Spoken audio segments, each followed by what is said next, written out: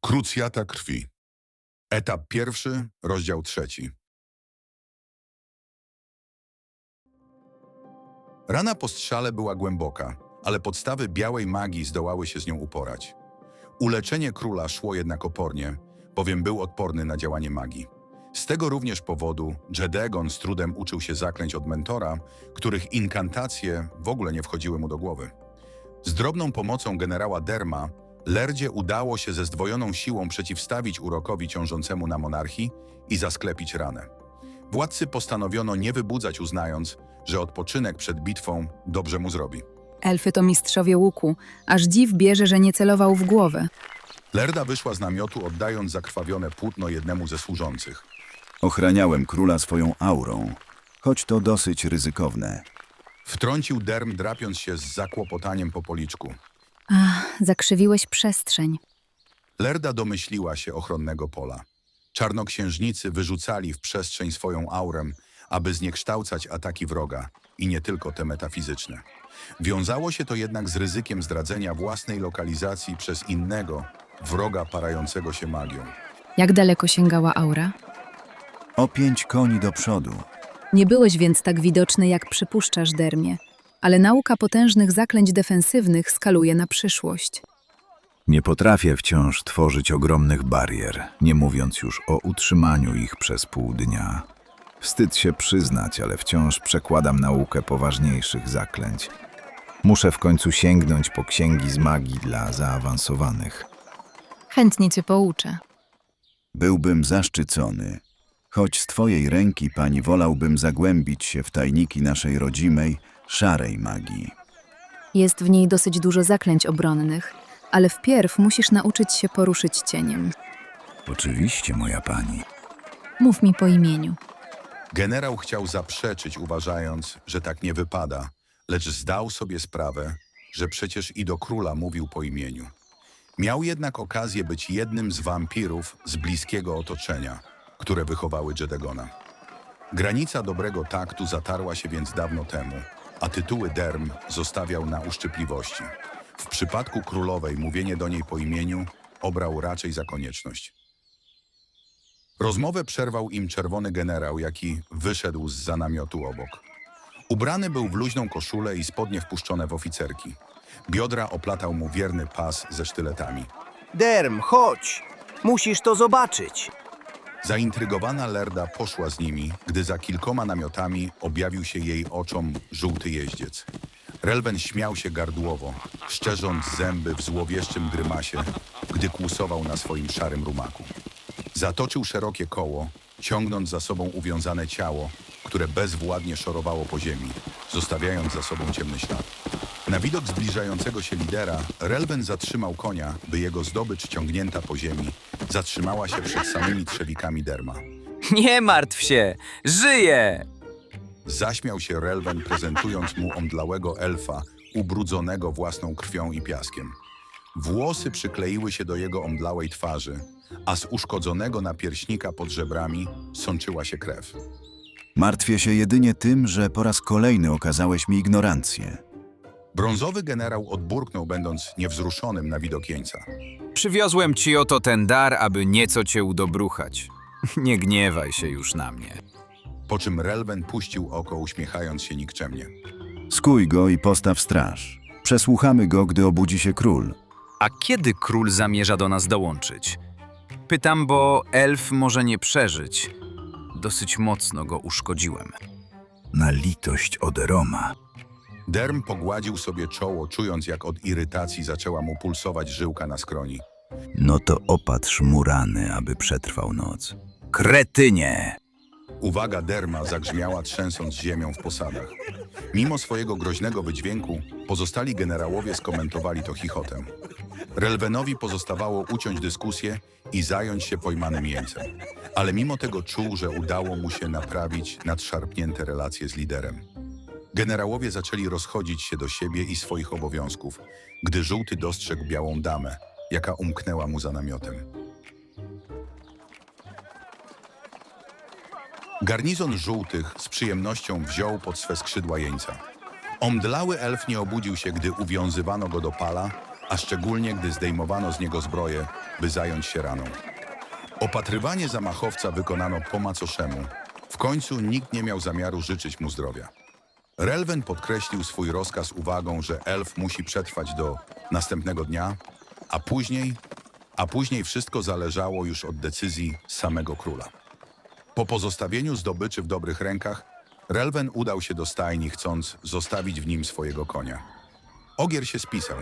Mimo gęstego lasu udało mu się przebnąć przez przeszkody i dogonić uciekającego zamachowca, a więc w nagrodę jego pan obiecał mu pąk marchewek. Relven spełnił swoją obietnicę, obdarowując wiernego przyjaciela bukietem słodkich warzyw. Z wdzięcznością poklepał go po chrapach i sam w końcu mógł udać się na spoczynek, zostawiając go w bezpiecznym boksie. Stajnia rozplanowana na kole stanowiła także magazyn, bowiem zwierzęta oddzielały często skrzynie czy beczki kreślące dla nich osobne stanowiska. Na jej środku stał pokaźny pal utrzymujący żebrowanie namiotu. Miejscem opiekowali się głównie żołnierze z Zielonego Legionu, choć kręciły się i wampiry z całego wojska. Jedyną osobą, która pieczołowicie dbała o dobrostan rumaków, był generał Ketep. Często spotykało się go sprawdzającego kopyta i naprawiającego uprzęże, przez co w większości wyręczał w pracy własnych żołnierzy robiących za stajennych. On sam nie udawał się na spoczynek, dopóki nie zrobił obchodu po wszystkich boksach. Jego obecność w stajni nie była niczym nowym i zielonego generała zauważono przy wieży z drewnianych skrzyń. To na nich odłożono kilka uprzęży i Ketep chciał sprawdzić, czy nadchrapniki nie były zbyt ciasno spięte. Jego praca została jednak przerwana. Szarpnięcie było gwałtowne. Ktoś pociągnął go brutalnie za warkocz i wciągnął w głąb prowizorycznego zaplecza. Ketep poczuł na piersi zimną rękawicę, jaka popchnęła go z werwą na stos bagaży. Uderzenie było twarde i dotkliwe, bowiem wylądował na ostrej krawędzi jednej ze skrzyń. Drewno wbiło mu się pod łopatkę, wyciskając z piersi stłumiony jęk. Luźna koszula nie uchroniła go przed bólem, a do tego napięła pod pachwinami, gdy Relven naciągnął ją przy gardle. Co ty wyprawiasz? Zdenerwował się Ketep, chwyciwszy za pięść żółtego generała ukrytą pod metalową rękawicą. Wampiry odważnie zmierzyły się spojrzeniami, choć swoje niezadowolenie Relven podkreślił szczerzącymi się kłami. Stul pysk, gdy nikt nie pyta cię o zdanie. O co ci chodzi? O to, że twoje zbędne uwagi ośmieszyły mnie przed królem i Dermem. Nie miałeś prawa się wtrącać. Zabolało cię, że powiedziałem prawdę? Zamilcz, szczeniaku! Relven zbliżył twarz, krzywiąc kły w pogardliwym grymasie. Kiedyś ucinałem głowy takim jak ty, gdy ty w tym czasie jeszcze robiłeś w pieluchę. Słabo więc strącałeś te głowy, skoro jedna z nich zdołała cię ukąsić. Stul pysk, Ketep. I dobrze ci radzę, abyś nie wtrącał się, gdy rozmawiają dorośli. A z jakiej okazji to przytulanie? Znajomy głos oderwał skonfliktowane od siebie wampiry i nieco zaskoczone popatrzyły na Istera. Czerwony generał założył ręce na piersi, przyglądając im się z wysoko uniesioną głową. Dobrze wiedział, że przerwał im eskalującą rozmowę, jaka mogłaby zakończyć się złamanym nosem i podbitym okiem. My tylko sobie coś wyjaśnialiśmy. Relven puścił Keteba, by nonszalancko strzepać z jego ramienia kurz. Keteb z pogardą odepchnął ów rękę, patrząc na niego spod łba. Chętnie dołączę do dyskusji. Przykro mi, już skończyliśmy. Pas sztyletów wraz ze zwiniętym biczem nie wyglądał przyjaźnie, a w posiadaniu Istera zmieniał się w śmiercionośną broń. Czerwony generał odprowadził wysokiego blondyna przenikliwym wzrokiem. Relven ulotnił się ze stajni szybkim, wojskowym krokiem, sunąc swoją peleryną po ziemi. O co poszło? Zapytał Ister, gdy Keteb odetchnął głęboko, chwytając za końską uprząż. Nacisnąłem Relvenowi na odcisk, zaś jego duma nie pozwoliła mu o tym zapomnieć. A więc znowu podkreśliłeś braki w jego inteligencji. Wredny Ister, chamski Ketep. Relven warczał pod nosem, przeklinając towarzyszy broni, choć nie do wszystkich miał urazę. Nie lubił, gdy młody wtrącał mu się w słowo, a Ister zerkał na jego czyny przez ramię. Wścibskie zachowanie niektórych dowódców wytrącało go z równowagi. Miał ochotę wrócić do stajni i poczęstować Keteba swoją pięścią, jednak potrafił się jeszcze powstrzymać przed eskalacją przemocy. Król z pewnością nie pochwaliłby obitych mord przed jutrzejszym wymarszem. Zdenerwowanie żółtego generała zostało dostrzeżone przez wszystkich żołnierzy, jakich mijał. Bez względu na przynależność do legionu, schodzili mu z drogi, nie mając ochoty na konfrontację. Mimo iż to czerwony generał uchodził za postrach w wojsku, Relven także zdołał pokazać, że jest godny poważania. Dzięki niemu skończyła się fala gnębiąca wampiry brudnej krwi. Jego nieugięty, stanowczy marsz zdradził zepsuty humor i lepiej było nie wchodzić mu w drogę. Marudził pod nosem, przechodząc obok namiotu uchodzącego za gołębnik. Relven zatrzymał się. Cofnął kilka kroków i stanął przed otwartym szeroko wejściem, uśmiechając się triumfalnie. W tej jednej chwili zrozumiał, że wampirzyca kręcąca się po obozie nie była wytworem jego wyobraźni. Blada piękność o równie białych włosach, co jej strój, towarzyszyła generałowi Ashernowi, przygotowując gołębie do drogi. W namiocie rozlegało się gruchanie zaniepokojonych ptaków, które z uwagą obserwowały swojego towarzysza, jaki wylądował w dłoniach wampirzycy. Gołąb zachowywał się spokojnie, czekając, aż Ashern przywiąże do jego nogi kapsułkę z kawałkiem pergaminu. Relven odchrząknął donośnie, sprawiając, że zwrócono na niego uwagę. Zrobiły to nawet gołębie. Generał wszedł do namiotu z uniesioną głową, trzymając dumnie dłoń na swoim mieczu. Zamiast puszyć się jak paw, pomógłbyś z listami. Ashern skomentował jego wizytę bez wzruszenia, zerknąwszy na zwitki pergaminów leżące na stole. Rozkazy króla trzeba wysłać do Wonon. Wzrok mnie nie mylił. Obóz zaszczyciło prawdziwe piękno. Relven kompletnie zignorował uwagi Asherna i skłonił się przed Lerdą, nie spuszczając z niej wzroku. Relven, żółty generał, gotów ci służyć, moja pani. Dziękuję, ale to król bardziej cię potrzebuje niż ja. I królowa potrzebuje powiernika. Nie ty nim będziesz, Relvenie. Wtrącił się Ashern, powodując, że w końcu udało mu się zwrócić na siebie jego uwagę. Wracaj do swoich obowiązków. Wypełniłem je wszystkie. Mam prawo odpocząć. Sprawdź więc, czy nie macie w namiocie. I ty dzisiaj przeciwko mnie? Relven mruknął pod nosem, ale nie zamierzał się kłócić. Ashern ze swoim łagodnym usposobieniem nieraz potrafił przekonać do swoich racji. Nim jednak uległ i oddalił się, Relven dostrzegł na stole coś, co mogłoby mu pomóc urosnąć w oczach przyszłej królowej. Miał szczęście, że na stole leżały kwiaty.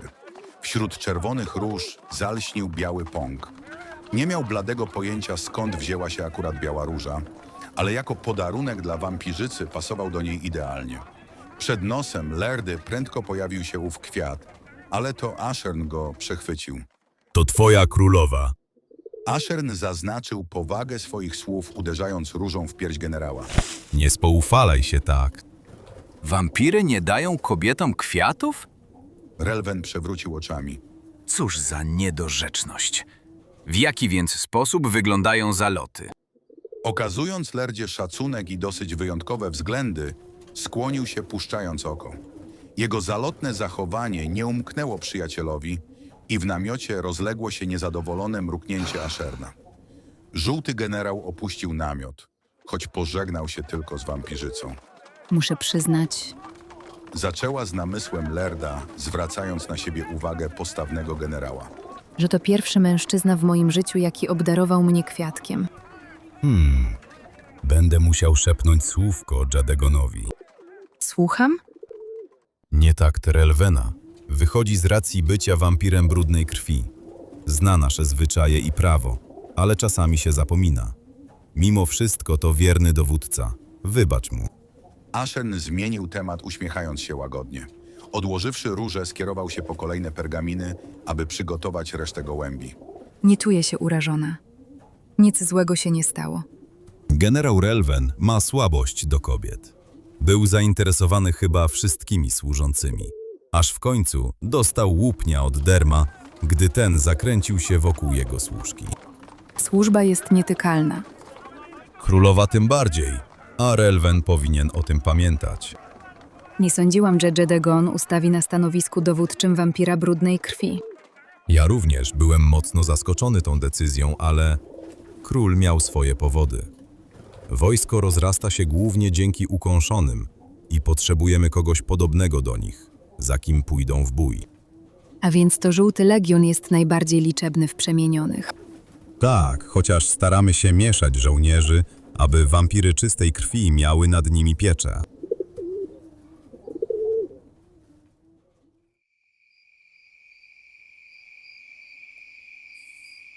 Jedegon wybudził się ze snu i nieco zaspanymi oczyma ogarnął sufit namiotu. Dźwignął się z poduszek. Przyjrzał się swojej zbroi na stojaku nieco skołowany. Obok niej wisiał miecz, jaki lśnił srebrem nawet w głębokim mroku. W namiocie panowała cisza i ciemność, choć z zewnątrz dobiegał koncert świerszczy. Król pogładził sobie czoło, czując większe zmęczenie niźli o poranku. W głowie nabierała na sile migrena i żądza krwi. Z nadzieją rozejrzał się za butelkami z osoczem na stole. Wyskoczył za jedną z nich. Chłód nocy wślizgnął się pod luźną koszulę i spodnie, odegnawszy przyjemne ciepło nagromadzone pod gęstymi futrami. Zdołał jednak nieco ukoić ból głowy, choć ten mimo wszystko nie odpuszczał. Niedyspozycja poirytowała króla na tyle, że otworzył butelkę zębami. Za pomocą kła wyrwał korek z szyjki i wypluł, by napić się bezpośrednio ze szkła. Starając się sobie przypomnieć całą sytuację, jaka wcisnęła go do łóżka, Jedegon wziął głęboki łyk. Z lewego ramienia dobiegało mrowienie, a rana po strzale zmieniła się w świeżą bliznę. Od rozmyślań oderwały go nagle kroki. Delikatne, subtelne i rytmiczne. Wiedział, kto nadchodził i Jedegonowi zabiło ze zdenerwowania serce. O proszę, kto się tutaj zjawił? Lerda! Zawołał wampirzycę, jaka bez problemu dostrzegła go siedzącego na łóżku. Król z impetem rzucił butelką w kąt, roztrzaskując ją o ziemię. Jego zachowanie zaskoczyło wampirzycę, jaka wzdrygnęła się na dźwięk rozbijanego szkła. Już się obudziłeś? Jak mogłaś podnieść na mnie rękę? Król wyskoczył w jej stronę. Jego gwałtowne ruchy i spoglądanie z byka zdradziło, że sen wcale nie ostudził jego emocji. Na domiar złego przekierował gniew na wampirzycę, która starała się nie spanikować. Szarżujący w jej stronę król podniósł jej ciśnienie nawet, gdy nie miał na sobie zbroi dodającej mu gabarytów. Jak mogłaś mnie tak upodlić przed moimi dowódcami? Jedegon krzyknął, machnąwszy pretensjonalnie ramionami. Uśpiłaś mnie jak jakiegoś prostaka. Jesteś urażony tylko dlatego, że chciałam cię uspokoić. Upokorzyłaś mnie. Miałam czekać, aż zaślepiony wściekłością zaczniesz atakować wszystko, co się rusza. Potrafię nad sobą panować. Widziałam co innego. Emocje wzięły nad tobą górę. Wróciłem do obozu ze strzałą w ramieniu, a ta mi mówi, że powinienem być spokojny. Jedegon wskazał z pretensją na Lerdę. Kpisz sobie ze mnie? Chcę, abyś trzymał gniew na wodzy. Wściekłość zaślepiła ci oczy. I to przez nią możesz zrobić coś, czego będziesz żałować do końca życia. Mądry król. Skąd wiesz, jaki powinien być monarcha? Król Nauritius O nie. Przerwał jej, czując jak adrenalina napięła mu wszystkie mięśnie. W Jedegonie zagotowała się krew. Nie masz prawa powoływać się na mojego ojca. był spokojnym, łagodnym dyplomatą o dobrym sercu. Oślepłaś, ogłuchłaś. 22 lata temu wykorzystano przeciwko niemu traktat z Temoriona. Ludzie zarżnęli naszych rodziców jak zwierzęta. Rasę zdziesiątkowali, sprowadzając do poziomu robactwa. A ja mam bawić się w dyplomację? Popieram twoją walkę ze zdradzieckim bydłem, ale rób to z głową. Nie rozumiesz, że... To ty nie rozumiesz. Wyrosłem na zemście, żyję nią, a wściekłość dodawała mi tylko pędu i siły. Szykowałem się do wojny, szykowałem się do walki o nasze królestwo z przeświadczeniem, że jeżeli zawiodę, to przestaniemy istnieć do cholery. Nie zdajesz sobie sprawy z presji i wysiłku, jaki podjąłem, aby ruszyć w ten cholerny bój. A ty? Jedegon spojrzał Lerdzie prosto w oczy, postępując krok i powodując, że cofnęła się o równy krok do tyłu. Gdzie byłaś, gdy cię potrzebowałem? Wampirzyca zaniemówiła, a jej pewność siebie skruszała, gdy musiała wycofać się przed masywnym władcą, jaki zaczął na nią napierać. Pytam się, gdzie byłaś? Gdzie byłaś, gdy przerażony musiałem ukrywać się w zimnych górach? Gdzie byłaś, gdy musiałem znosić trudy nauki i wyzbyć się moralności w podejmowaniu trudnych decyzji? Nie mogłam do ciebie dołączyć. Sprowadziłabym na ciebie niebezpieczeństwo. Wysyłano za mną szpiegów, czarnoksiężników, z którymi mierzyłam się na śmierć i życie. Żyłam w biegu, umykając pod osłoną nocy. Ukrywałaś się, chowałaś się jak tchórz.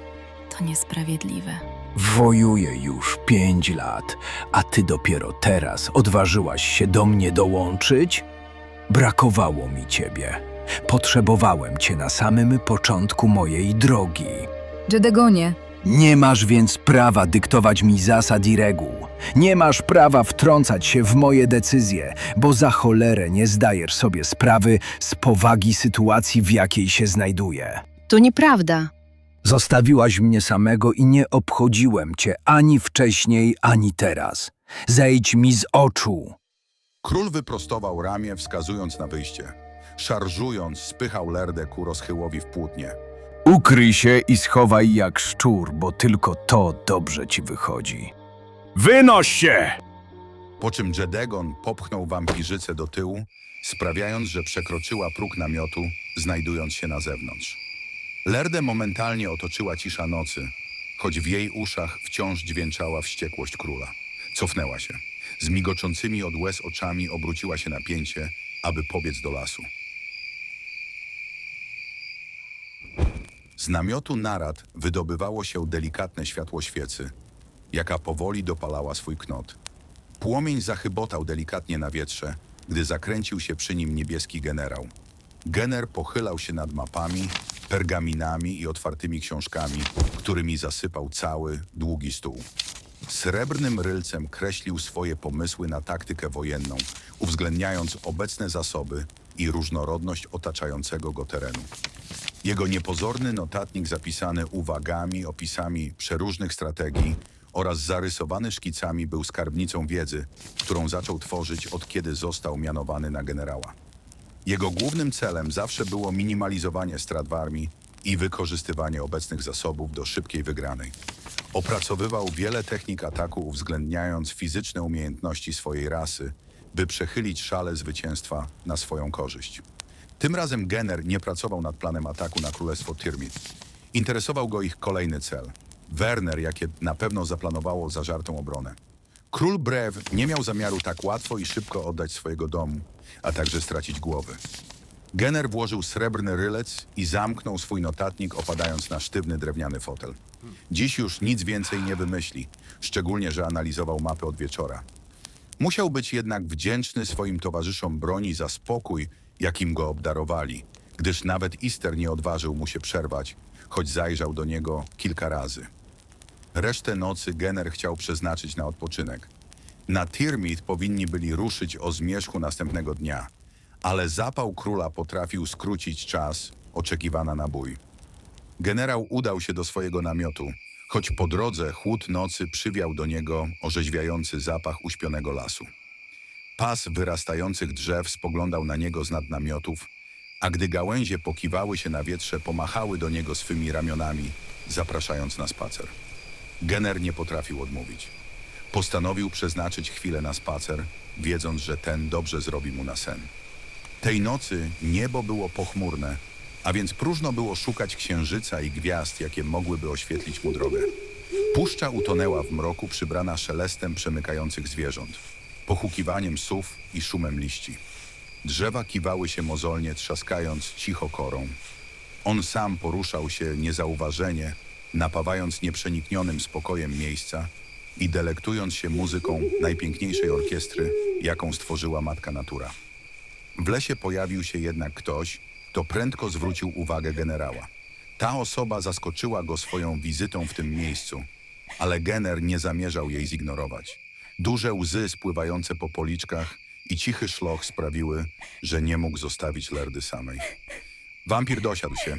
Przycupnął na zwalonej kłodzie drzewa, zaskakując swoją obecnością wampirzycę, jaka zaczęła szybko wycierać policzki. Odwróciła wzrok i wyprostowała się, nie chcąc zdradzić oczu czerwonych od łez. Powinienem był rozłożyć swój namiot w lesie. Szum drzew od zawsze pomagał mi zasnąć.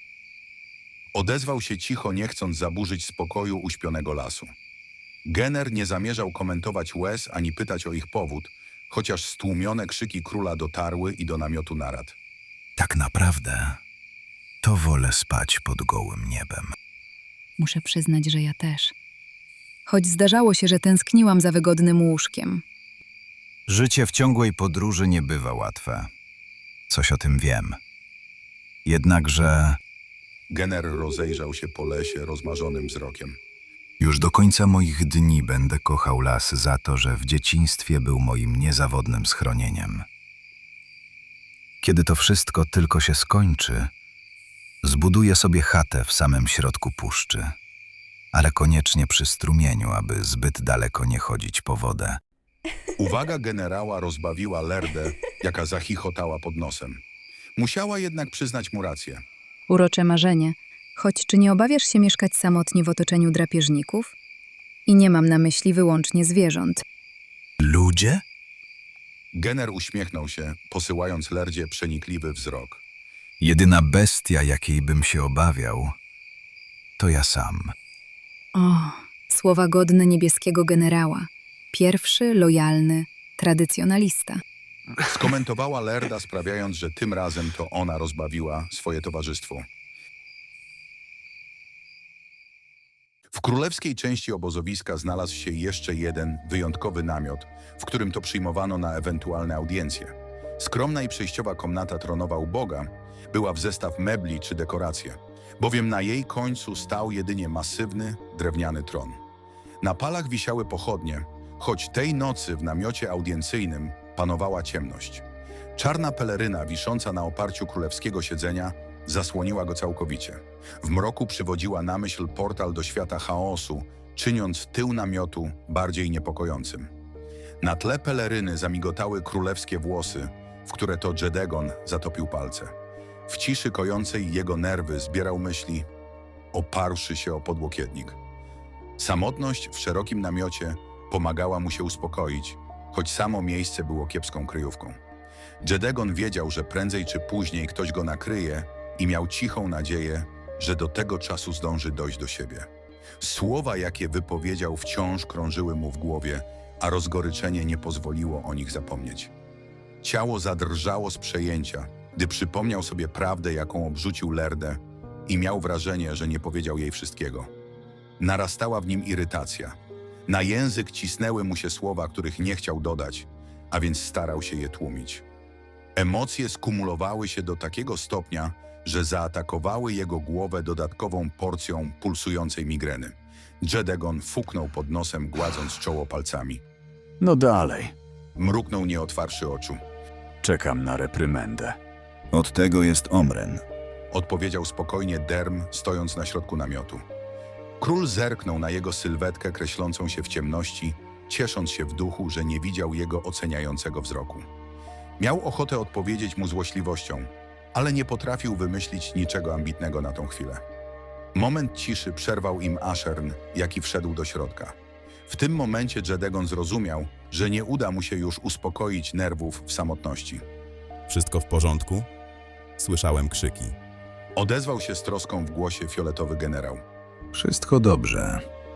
Król tylko odzierał się z godności, jak zawsze. Odpowiedział mu Derm, gdy ów król skomentował jego słowa niewyraźnym pomrukiem.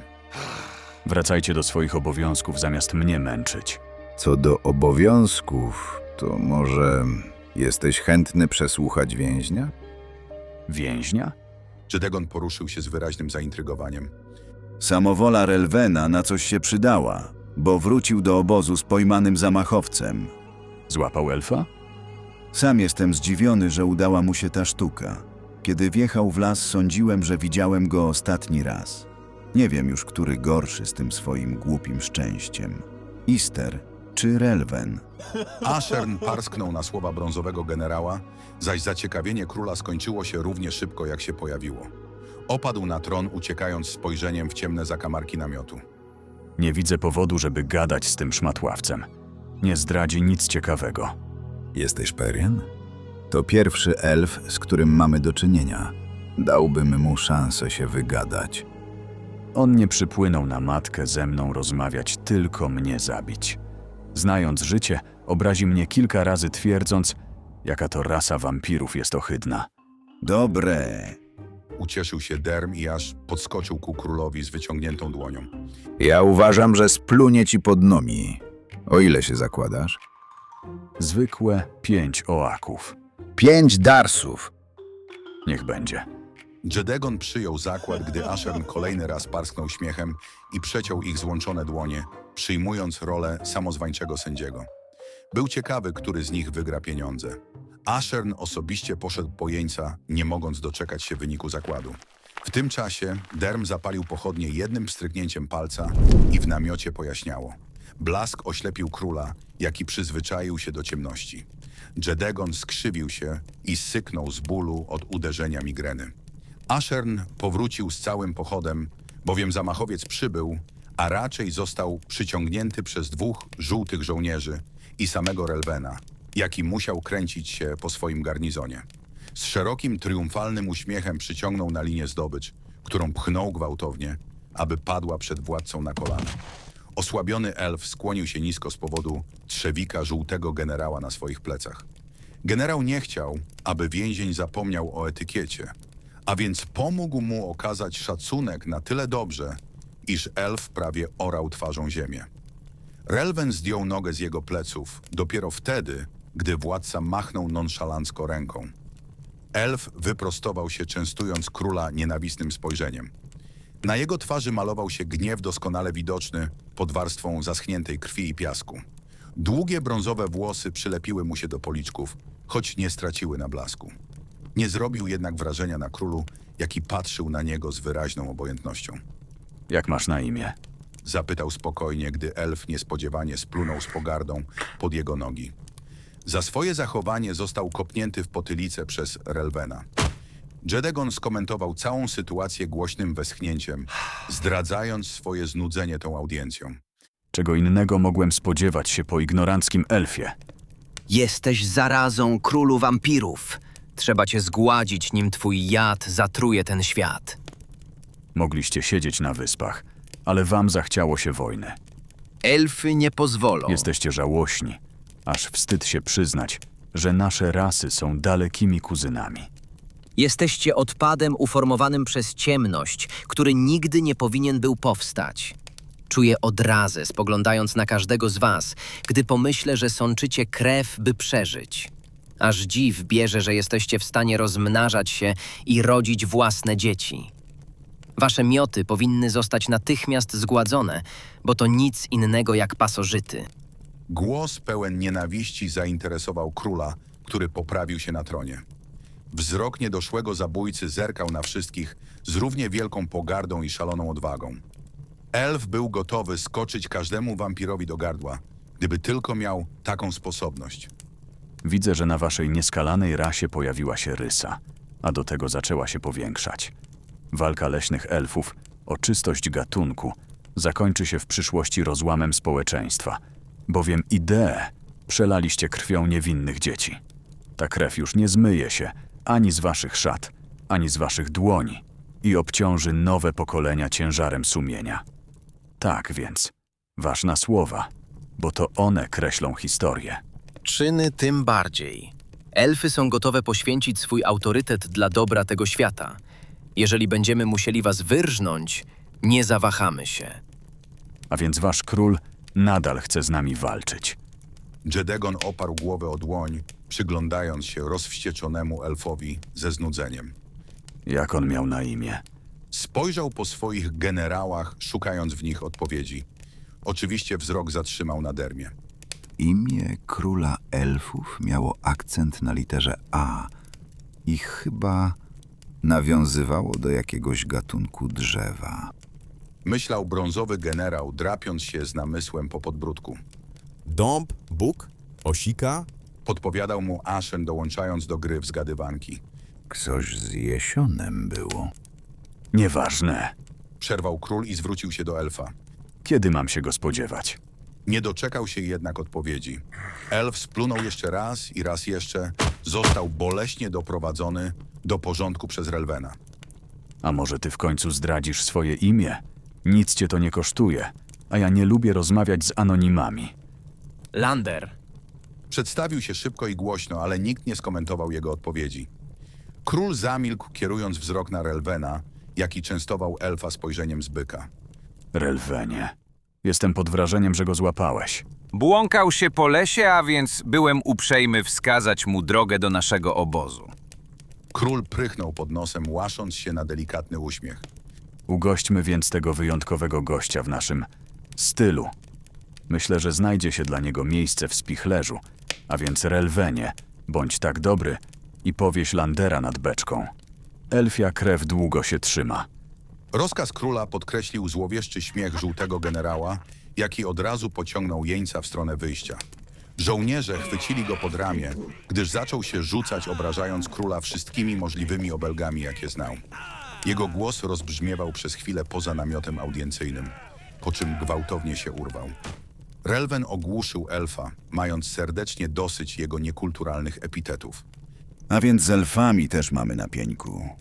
Derm skomentował audiencję. Nie jestem tym zdziwiony. Odpowiedział mu znudzony Jedegon, po czym rzucił generałowi 5 monet. Złoto zamigotało w świetle pochodni i zabrzęczało w dłoni zwycięzcy, gdy pochwycił je w locie. Czy chcemy posłać Enelę aż na Wyspy Księżycowe? Nie, to nie ma sensu. Nie chcę jej narażać na niebezpieczeństwo z dala od domu. Myślę, że elfy chcą nas dobić we własnej bitwie i czekają tylko, aż brew nas zdziesiątkuje. Ja uważam, że podróż i wojna w samotności kosztowałaby ich za dużo zachodu. Nie chcą atakować sami.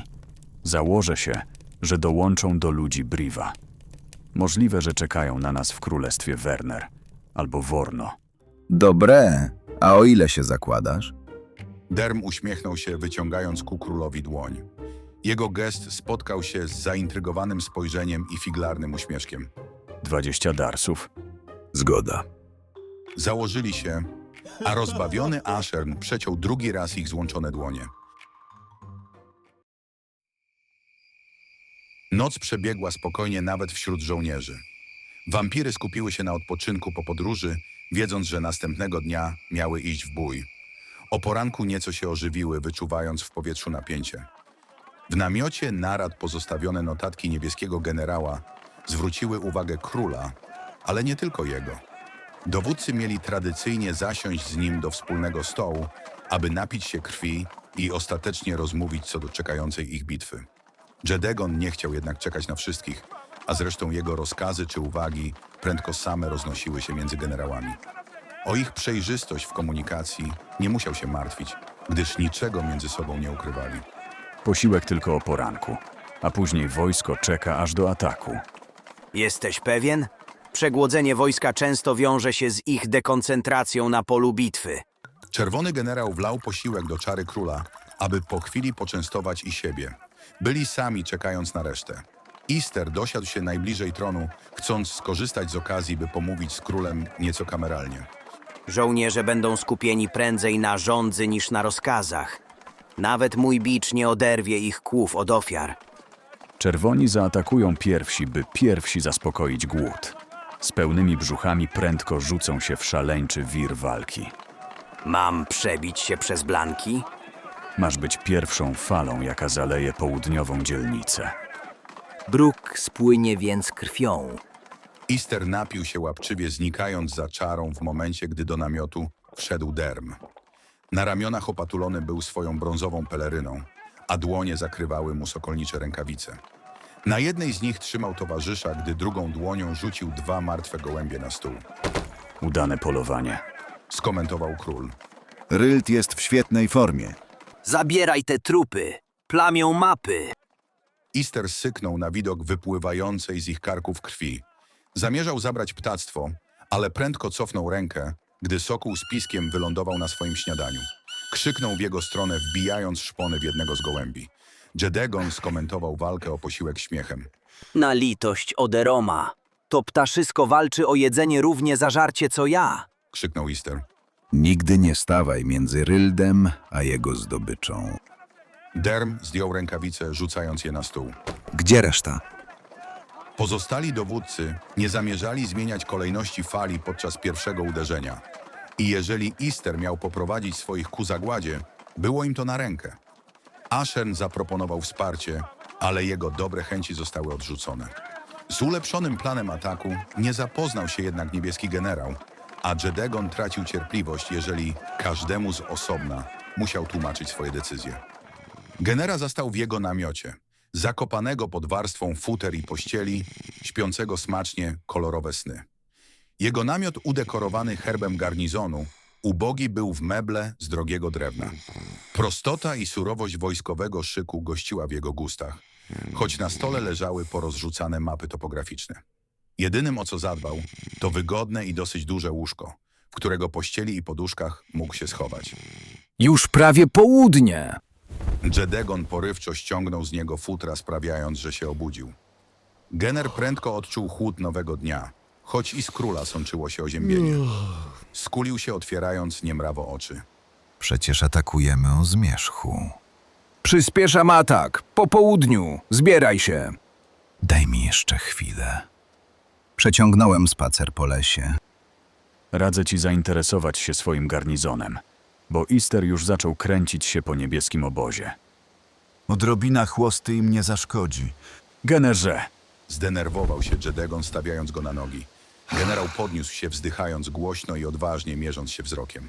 Król stał pośrodku jego namiotu z założonymi rękami. Przywdział już na sobie zbroję twardą niczym diament i ciemną niczym noc.